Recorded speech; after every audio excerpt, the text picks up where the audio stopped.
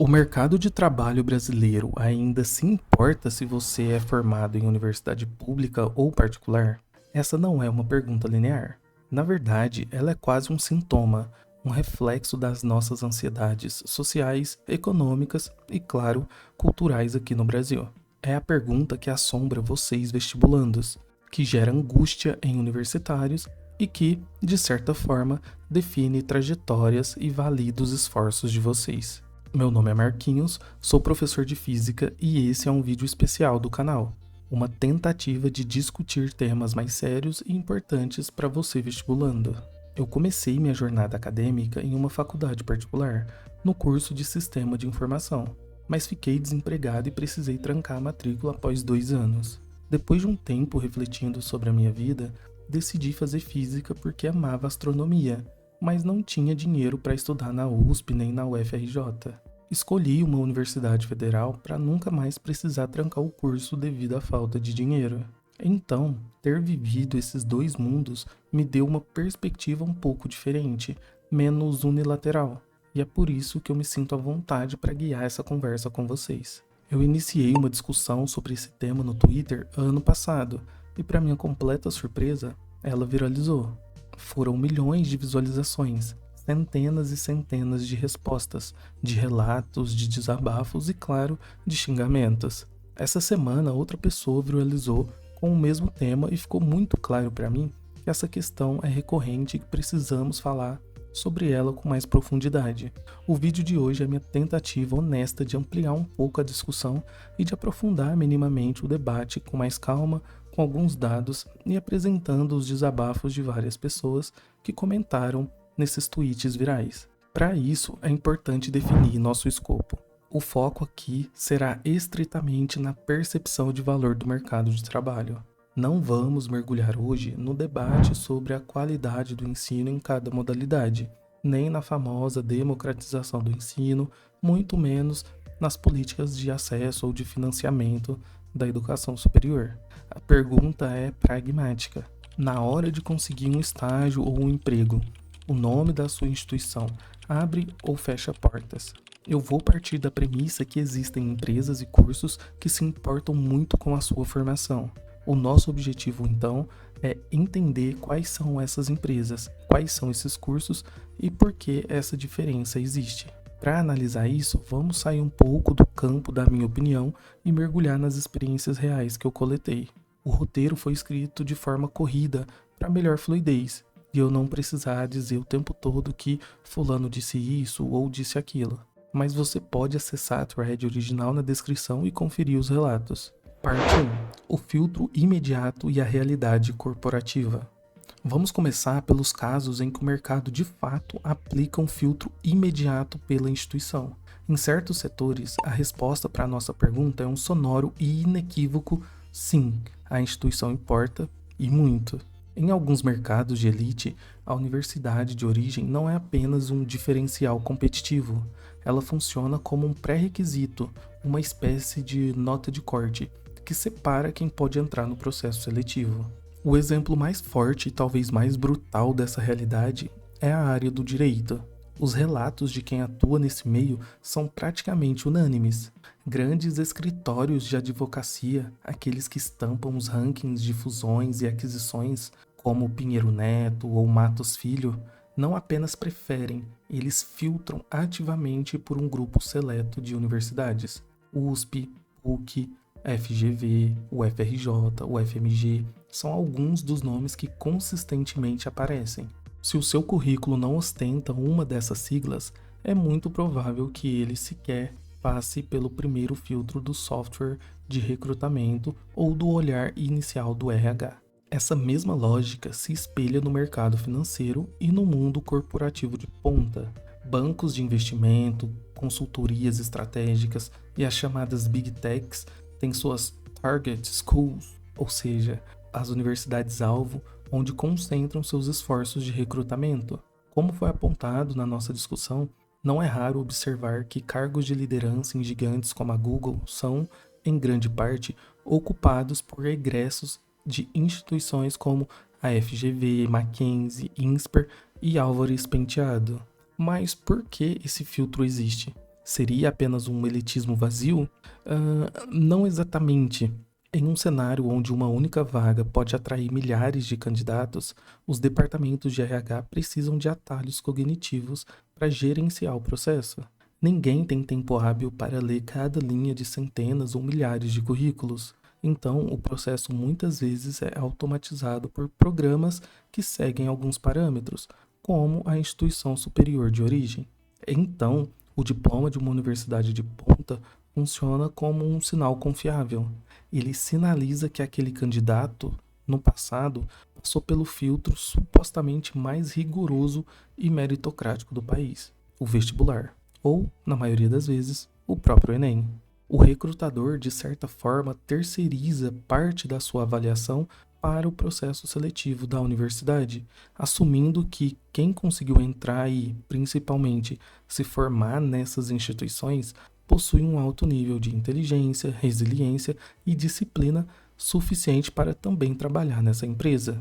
E essa não é uma percepção abstrata, é uma realidade vivida e dolorosa para muitos, como no caso da pessoa que compartilhou ter sido rejeitada para uma vaga com o RH dizendo abertamente, abre aspas, se fosse Mackenzie, a gente te contrataria, fecha aspas. Ou o relato igualmente comum de que muitas das melhores vagas de estágio em grandes empresas sequer são divulgadas publicamente. Elas circulam em grupos fechados, feira de recrutamento exclusivas e programas de parceria com essas universidades-alvo.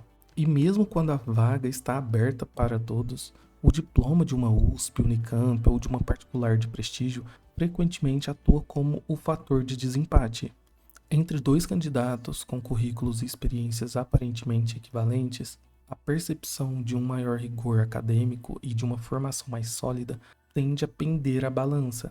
Essa percepção de prestígio, aliás, é algo que rankings como o RUF, o ranking universitário da Folha, tentam quantificar. Um dos seus indicadores, com um peso de 18% na nota final, é justamente a avaliação do mercado de trabalho. E não é surpresa que as primeiras posições desse ranking sejam historicamente dominadas por universidades públicas, como a USP, a Unicamp, com as melhores particulares, como a PUC, aparecendo bem depois. Parte 2. A complexidade das áreas, onde o jogo muda. Contudo, se a análise parasse aqui, estaríamos pintando um quadro incompleto e excessivamente pessimista. O Brasil é um país de realidades múltiplas e o mercado de trabalho reflete essa complexidade. Se em alguns setores o diploma é rei, em outros a prática e a competência gritam muito mais alto. Vamos considerar a área de saúde, por exemplo. Aqui, a competência técnica e, crucialmente, a licença profissional, o CRM de um médico, o CREFITO de um fisioterapeuta, o CRF de um farmacêutico, são os verdadeiros validadores de um profissional. O diploma da graduação é a chave que abre a porta para você obter essa licença, mas, uma vez dentro, é a sua habilidade prática, sua especialização e seus resultados que definirão sua carreira. Como vimos nos relatos, há farmacêuticos formados na Uninasal e fisioterapeutas da Estácio que são profissionais extremamente bem-sucedidos. A frase da veterinária, cujo chefe dizia que, abre aspas, depois de formado, ninguém quer saber onde você estudou, fecha aspas, resume perfeitamente essa lógica. A área de tecnologia da informação é talvez o maior e mais celebrado exemplo de uma suposta meritocracia prática do mercado atual.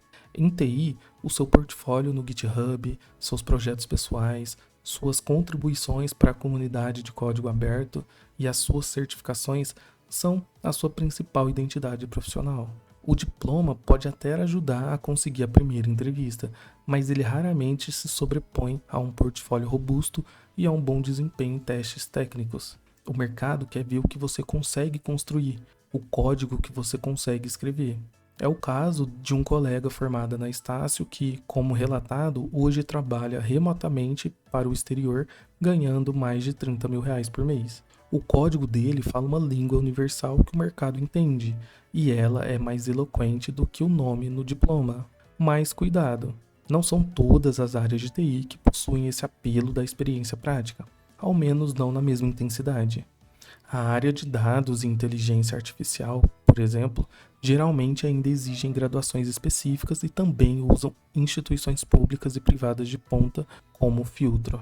A diferença fundamental entre esses mundos reside na natureza da validação da competência. Em saúde, a validação é feita por um órgão de classe e pela performance clínica diária. Em TI, a validação é feita pelo código, pelo produto, por um resultado tangível e testável. Em áreas como direito e finanças, especialmente no início da carreira, a qualidade do trabalho é mais abstrata, forçando o mercado a se apoiar em proxies ou em sinais de qualidade, como a universidade de origem. Existem também os campos híbridos, onde o debate é mais acirrado. Na engenharia, a discussão é intensa. Há uma percepção forte, como vimos nos comentários, de que a qualidade técnica dos cursos, em muitas particulares, é fraquíssima. Relatos sobre professores que são proibidos de reprovar e sobre uma enorme diferença de habilidades entre egressos são comuns. Dados do ENAD 2019 para a engenharia civil, por exemplo, mostram que 81% dos cursos de universidades estaduais avaliados receberam nota 4 e 5, as mais altas, enquanto apenas 8% dos cursos de instituições privadas atingiram o mesmo patamar.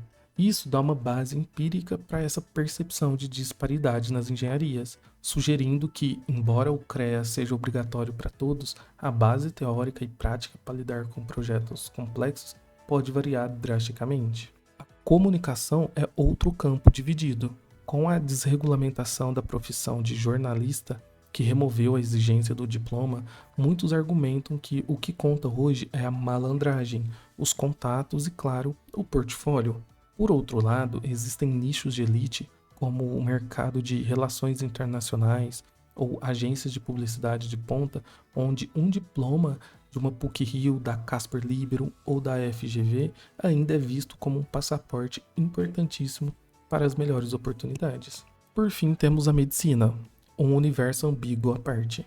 É um mercado elitizado por natureza, onde a instituição de origem importa muito, principalmente para o acesso às melhores residências médicas, que são o verdadeiro definidor de uma carreira de sucesso. E aqui o viés pode ser ainda mais complexo e subjetivo, como no relato que sugeriu a existência de um viés até político, com alguns hospitais preferindo um egresso de uma particular de elite do que um militante esquerdista de uma federal. Contudo, a prática médica diária tende a não se importar com a instituição.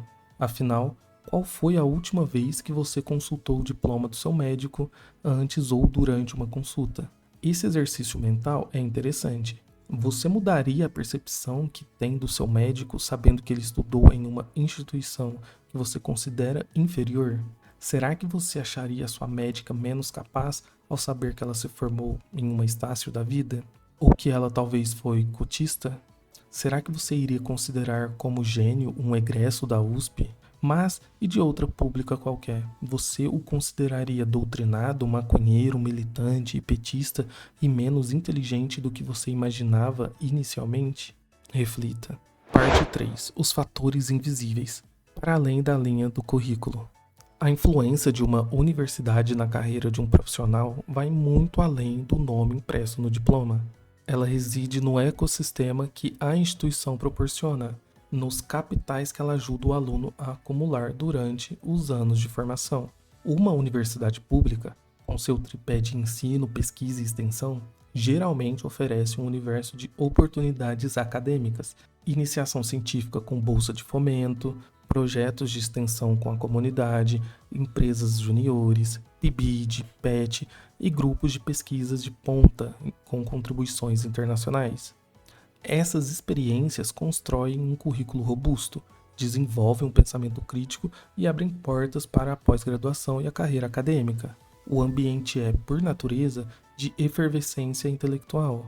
Eu, por exemplo, conheci a USP e turistei em São Paulo, apresentei trabalhos em evento internacional no Rio de Janeiro e fui à praia pela primeira vez com 24 anos por causa disso.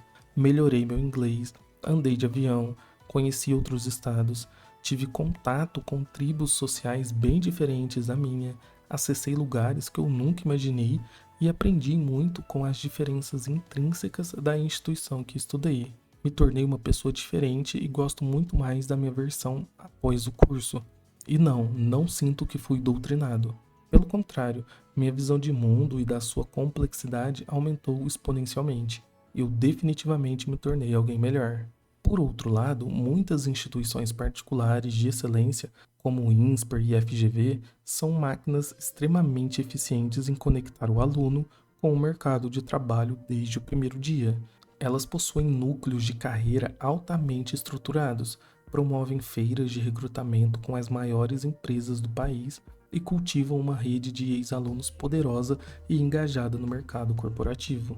Podemos pensar nisso como dois tipos diferentes de capital. As universidades públicas são, tradicionalmente, celeiros de capital científico e cultural, prestígio acadêmico, rigor teórico, publicações. As melhores particulares são otimizadas para gerar capital social e de mercado, network com executivos, currículos voltados para empregabilidade, acesso direto a recrutadores. A escolha entre uma e outra, portanto, depende do tipo de capital que você, estudante, almeja acumular, alinhado aos seus objetivos de carreira e também à sua personalidade. Além disso, a decisão de contratar nunca é um processo 100% racional e objetivo. Ela é permeada por vieses, estereótipos e percepções subjetivas do recrutador. Existe a percepção, consciente ou não, de que o aluno de universidade pública é mais esforçado ou mais inteligente simplesmente por ter superado a barreira de um vestibular extremamente competitivo. É um viés de seleção, mas o viés corta para os dois lados. Há também estereótipos sobre o aluno de pública ser grevista, pouco focado no mercado ou teórico demais. E claro, o famoso doutrinado de esquerda. E os filtros podem ser completamente arbitrários. Há o relato de uma empresa que tinha preferência por USP e Mackenzie, mas barrava ativamente candidatos da Unicamp, que é outra universidade de excelência mundial. Isso mostra que, às vezes, a lógica é puramente a familiaridade ou o preconceito pessoal do gestor. E, no fim do dia, em muitas situações, um fator se sobrepõe a todos os outros.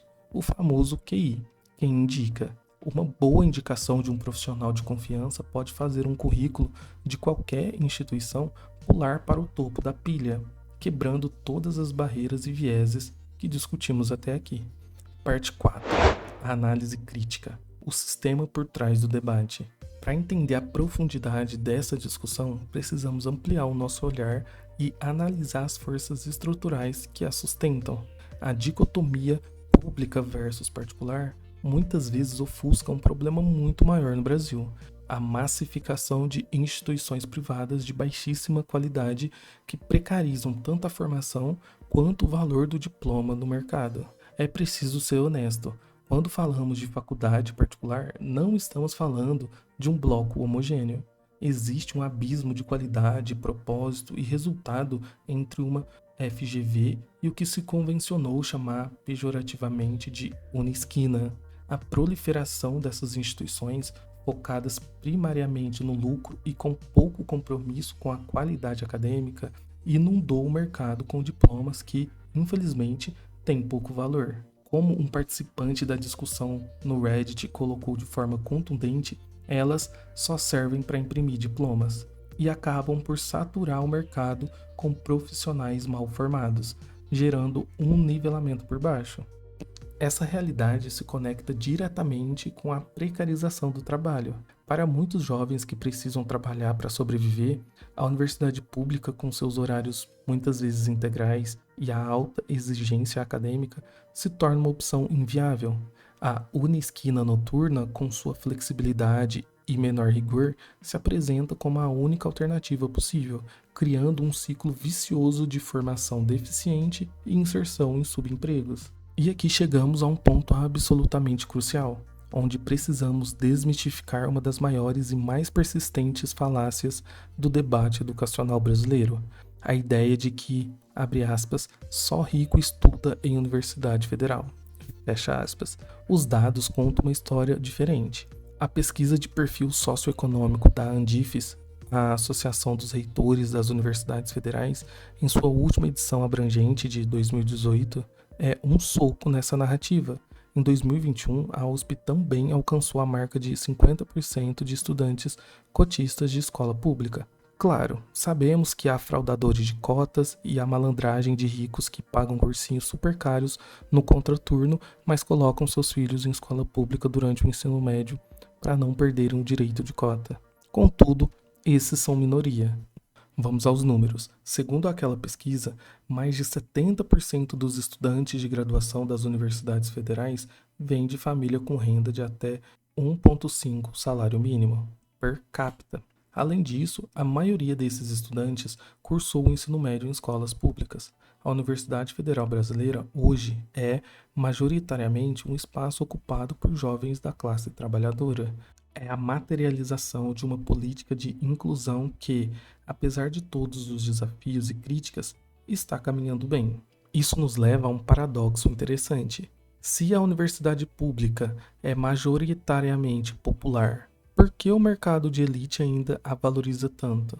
Acontece que o valor percebido pelo recrutador mudou.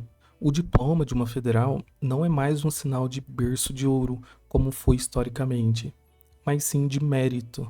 O mercado entende que um jovem de baixa renda que conseguiu superar todas as barreiras do sistema educacional brasileiro e passar em um vestibular de altíssima concorrência possui um nível excepcional de resiliência, inteligência e determinação.